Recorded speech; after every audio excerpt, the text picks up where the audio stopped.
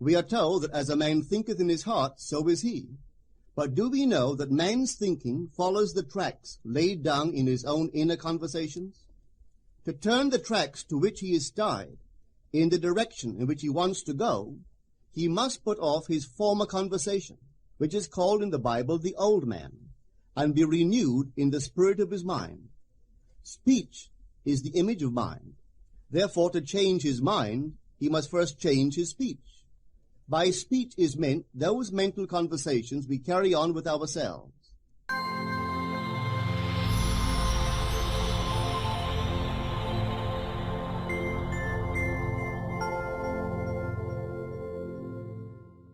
Hello, thanks for stopping by. Hope you've had a chance to take that well-deserved break. Don't let summer end without exploring the world or just your neighborhood, especially now that we can move around with less restrictions, but still ensuring we maintain the COVID protocols. We just came back from a short trip to the island. I love Vancouver Island. It is a photographer's paradise and is renowned for wild, untamed beaches and a hub for storm watching and surfing in the summer. In addition to its endless list of hiking, camping, and paddling adventures, the island offers ample opportunities to unwind on its scenic golf courses and lush vineyards. For me, Vancouver Island gives me a chance to explore my environment and practice my photography hobby. Today I will be sharing some footage from this trip with this talk by Neville Goddard titled Mental Diet. I came across Neville Goddard way back in 2014. At the time, I was trying to overcome social anxiety. I shared that story in the video titled Social Anxiety is Not the End, my Neville Goddard story. This is one of my favorite talks, very easy to follow, and at the same time, very empowering for those who are willing to put the principles to practice. Mental diet is all about noticing those thoughts that go on within and understanding that those inner speeches can either bind us or free us. As Neville said, the conditions and circumstances of life are not created by some power external to yourself. They are the conditions which result from the exercise of your freedom of choice, your freedom to choose the ideas to which you will respond. Now is the accepted time. This is the day of salvation. Whatsoever things are of good report, think on these things. For your future will be formed by the word of God, which is your present inner talking. You create your future by your inner conversations. The walls were framed by the word of God. That is your inner talking. For ends run through to origins. If you reap success, you must plant success. The idea in your mind which starts the whole process going is the idea which you accept as truth. This is a very important point to grasp. For truth depends upon the intensity of imagination, not upon facts. The mind always behaves according to the assumption which it starts.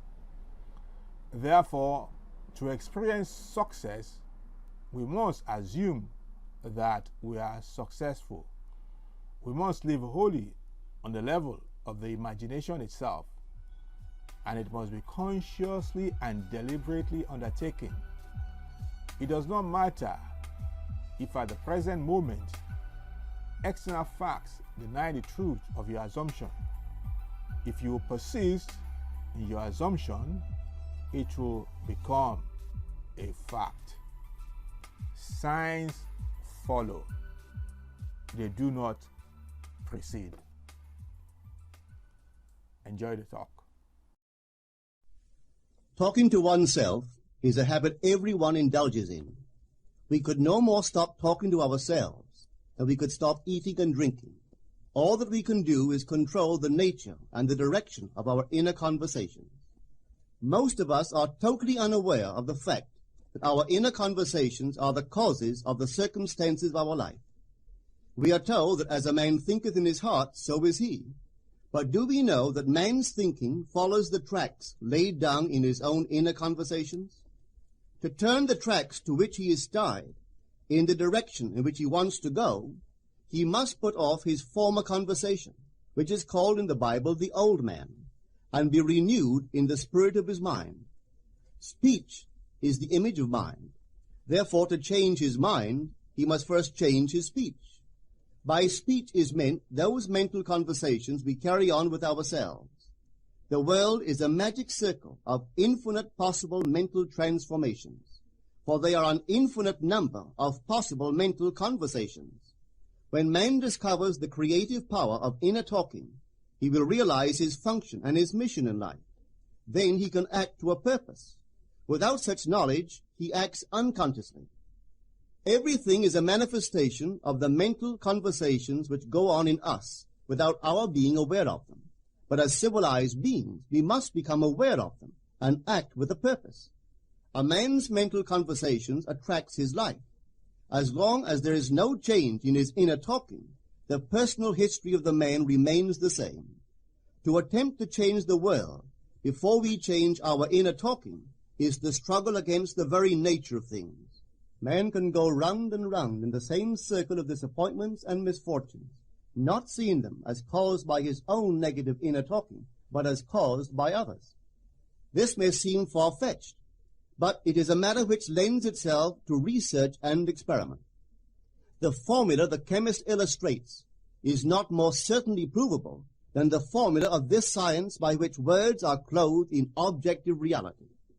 One day a girl told me of her difficulties in working with her employer. She was convinced that he unjustly criticized and rejected her very best efforts. Upon hearing her story, I explained that if she thought him unfair, it was a sure sign that she herself was in need of a new conversation piece. There was no doubt but that she was mentally arguing with her employer, for others only echo that which we whisper to them in secret. She confessed that she argued with him mentally all day long. When she realized what she had been doing, she agreed to change her inner conversations with her employer. She imagined that he had congratulated her on her fine work, and that she, in turn, had thanked him for his praise and kindness. To her great delight, she soon discovered that her own attitude was the cause of all that befell her. The behavior of her employer reversed itself. It echoed, as it had always done, her mental conversations with him. I rarely see a person alone without wondering to what conversation piece is he tied. On what mysterious track is he walking? We must begin to take life consciously, for the solution of all problems lies just in this. The second man, the Lord from heaven in all of us, is trying to become self-conscious in the body, that he may be about his Father's business. What are his labors? To imitate his Father, to become master of the Word, master of his inner talking, that he may mold this world of ours into a likeness with the kingdom of love.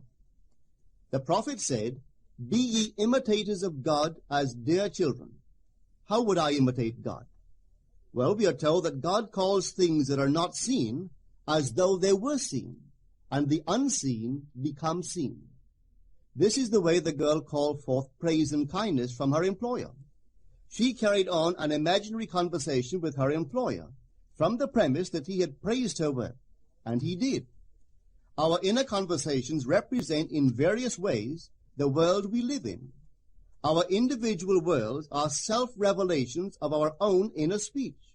We are told that every idle word that men shall speak, they shall give account thereof. For by their words they shall be justified, and by their words they shall be condemned. We abandon ourselves to negative inner talking, yet expect to retain command of life. Our present mental conversations do not recede into the past as man believes. They advance into the future to confront us as wasted or invested words. My word, said the prophet, shall not return unto me void, but it shall accomplish that which I please, and it shall prosper in all the things whereto I sent it. How would I send my word to help a friend? I would imagine that I am hearing his voice, that he is physically present, that my hand is on him. I would then congratulate him on his good fortune, tell him that I have never seen him look better. I would listen as though I heard him. I would imagine that he is telling me he has never felt better, he has never been happier. And I would know that in this loving, knowing communion with another, a communion populous with loving thoughts and feelings, that my word was sent, and it shall not return unto me void, but it shall prosper in the thing whereto I sent it. Now is the accepted time. Now is the day of salvation. It is only what is done now that counts, even though its effects may not be visible until tomorrow. We call not aloud, but by an inner effort of intense attention. To listen attentively, as though you heard, is to create. The events and relationships of life are your word made visible. Most of us rob others of their willingness and their ability to be kind and generous by our fixed attitudes towards them. Our attitudes unfold within us in the form of mental conversations. Inner talking from premises of fulfilled desire is the way to consciously create circumstances. Our inner conversations are perpetually outpictured all around us in happenings. Therefore, what we desire to see and hear without, we must see and hear within, for the whole manifested world goes to show us what use we have made of the word. If you practice this art of controlled inner speaking, you too will know what a thrill it is to be able to say, and now I have told you before it come to pass, that when it is come to pass, ye might believe. You will be able to consciously use your imagination to transform and channel the immense creative energies of your inner speech from the mental, emotional level to the physical level. And I do not know what limits, if any, there are to such a process. What is your aim? Does your inner talking match it? It must, you know. If you would realize your aim, for as the prophet asked, can two walk together except they be agreed? And of course the answer is no, they cannot.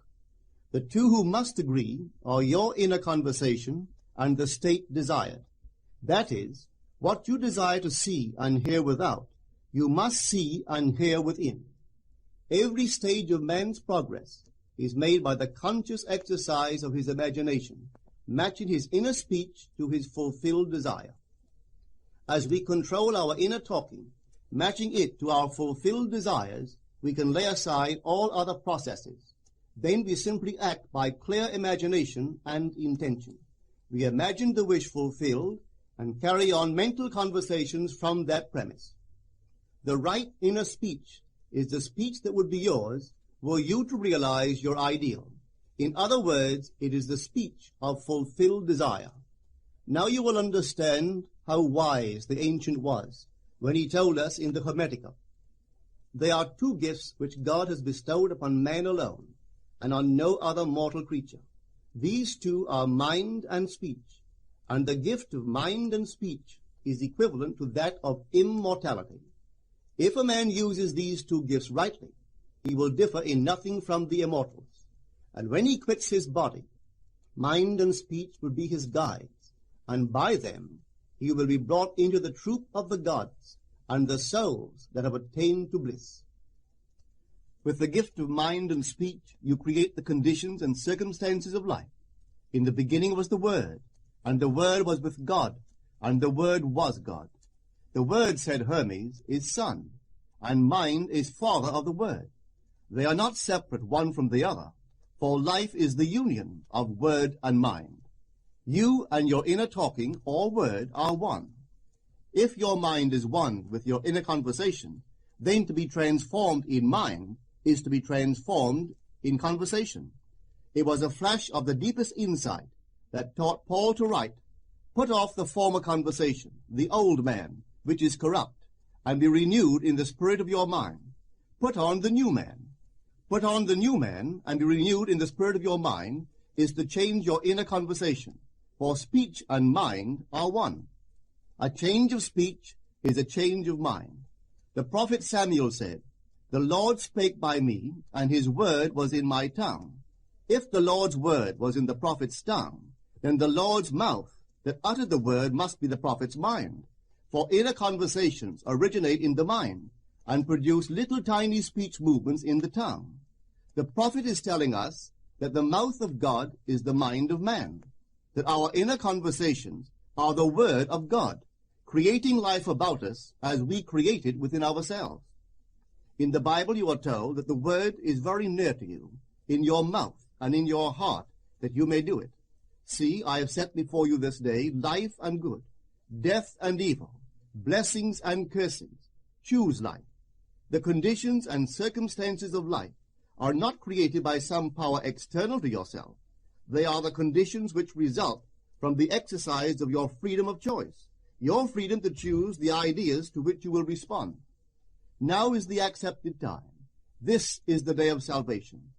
Whatsoever things are of good report, think on these things. For your future will be formed by the word of God, which is your present inner talking. You create your future by your inner conversations. The worlds were framed by the word of God, that is, your inner talking. See yonder fields? The sesamum was sesamum, the corn was corn, the silence and the darkness knew. So is a man's fate born. For ends run true to origins. If you would reap success, you must plant success. The idea in your mind, which starts the whole process going, is the idea which you accept as true. This is a very important point to grasp, for truth depends upon the intensity of imagination, not upon facts. When the girl imagined that her employer was unfair, his behavior confirmed her imagination. When she changed her assumption of him, his behavior reflected the change, proving that an assumption, though false, if persisted in, will harden into fact.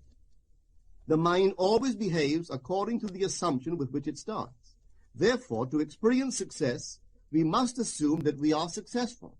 We must live wholly on the level of the imagination itself, and it must be consciously and deliberately undertaken. It does not matter if, at the present moment, external facts deny the truth of your assumption. If you persist in your assumption, it will become a fact.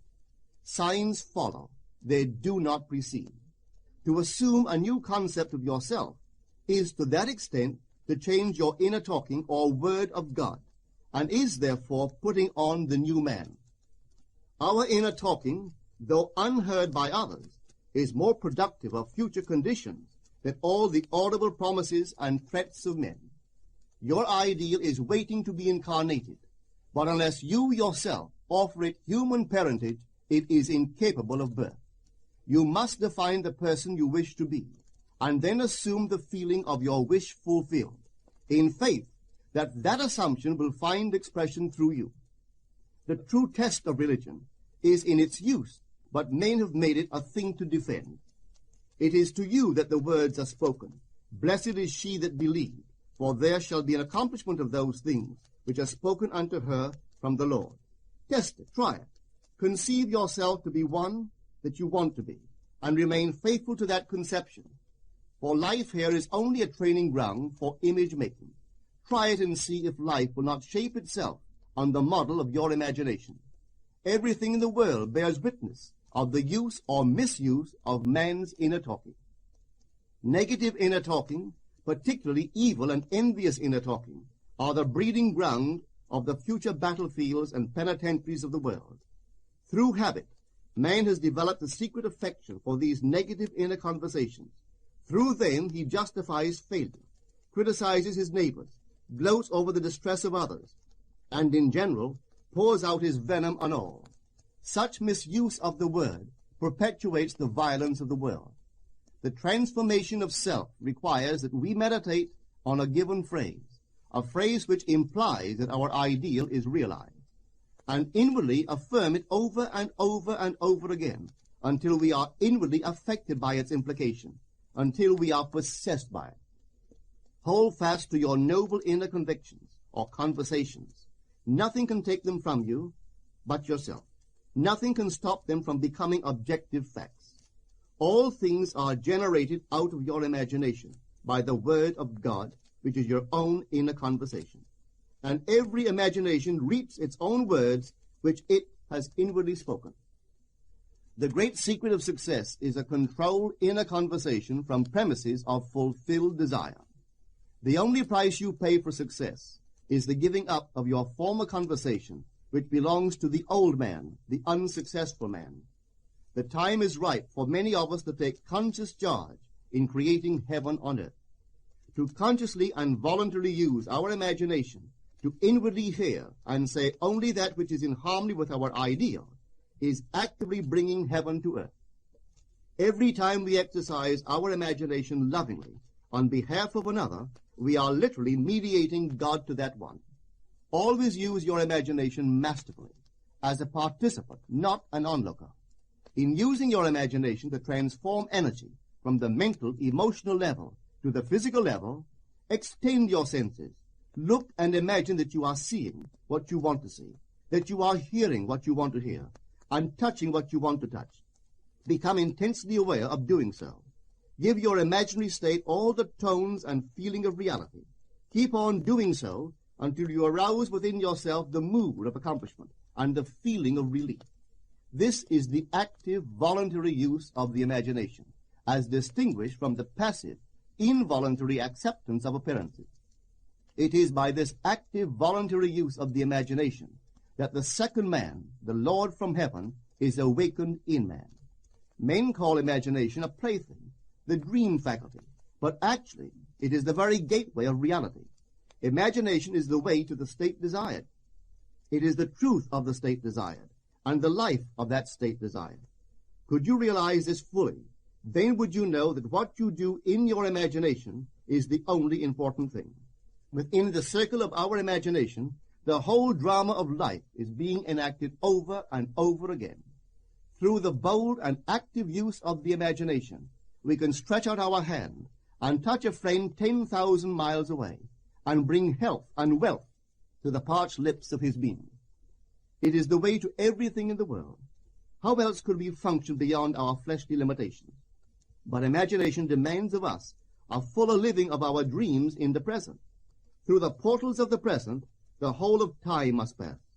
Imagine elsewhere as here, and then as now. Try it and see. You can always tell if you've succeeded in making the future dream a present fact by observing your inner talking.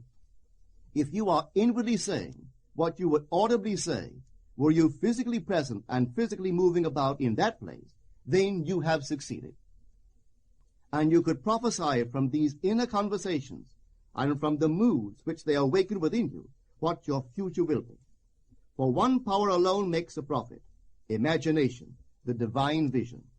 All that we meet is our word made visible, and what we do not now comprehend is related by affinity to the unrecognized forces of our own inner conversations and the moods which they arouse within us. If we do not like what is happening to us, it is a sure sign that we are in need of a change of mental diet. For man, we are told, lives not by bread alone, but by every word that proceeds from the mouth of God. And having discovered the mouth of God to be the mind of man, a mind which lives on words or inner talking, we should feed into our minds only loving, noble thoughts. For with words or inner talking we build our world. Let love's lordly hand raise your hunger and thirst to all that is noble and of good report, and let your mind starve ere you raise your hand to a cup love did not fill, or a bowl love did not bless, that you may never again have to say, what have I said? What have I done? O all-powerful human word.